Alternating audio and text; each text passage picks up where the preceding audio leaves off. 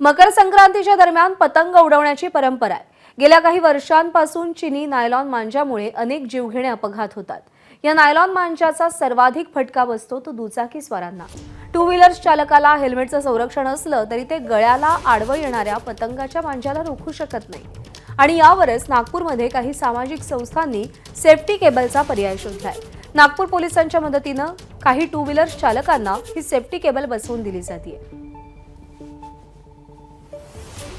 मकर संक्रांतीच्या पार्श्वभूमीवर मोठ्या प्रमाणात नायलॉन मांजाचा वापर होतो आणि त्यामुळे अनेकांना इजा होते, अनेकांचे जीव गेल्याच्या घटना देखील याआधी नागपूरमध्ये घडलेल्या आहे।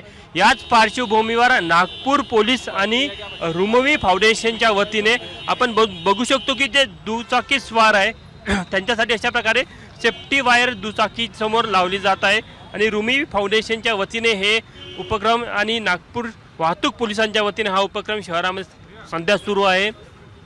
वाहतूक पोलीस निरीक्षक आहे, आपण त्यांना विचारू। मॅडम, या पाठीमागचा काय उद्देश आहे? जनजागृती पण होत आहे आणि लोकांच्या सेफ्टीवर देखील एक फोकस केला जात आहे।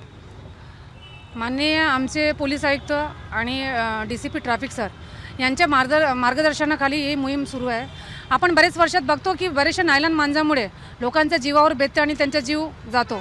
त्यामुळे आम्ही ही मोहीम राबविलेली आहे रुमी फाउंडेशन आणि सदर ट्रॅफिक झोननी की लोकांमध्ये जनजागृती करून आणि हे जे सेफ्टी वायर आहे याचे इन्स्टॉलेशन जर आपण बाईकवर आणि टू व्हीलरवर केलं तर जेणेकरून जे नागरिकांचा जीव जाणार नाही आणि त्यांना कुठल्याही प्रकारची इजा होणार नाही आणि ते सेफ्टीने होणार। आणि आमचा ह्याच उद्देश आहे की जे मकर संक्रांतीचे आपलं मोठं सण आहे ते आनंदाने आणि सुखाने त्यांचा व्यतीत व्हावा हे त्यामागचा आमचा उद्देश आहे। अशा प्रकारे तुमच्या दुचाकीला इथे सेफ्टी वायर लावून दिला जात आहे, किती फायद्याचा वाटतो तुम्हाला?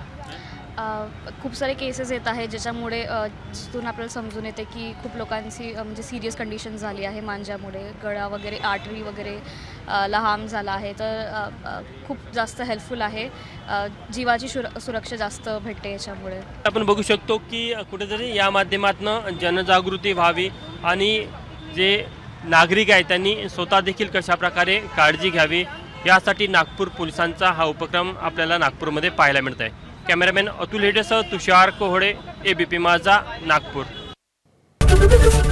ABP माझा, उघडा डोळे बघा नीट।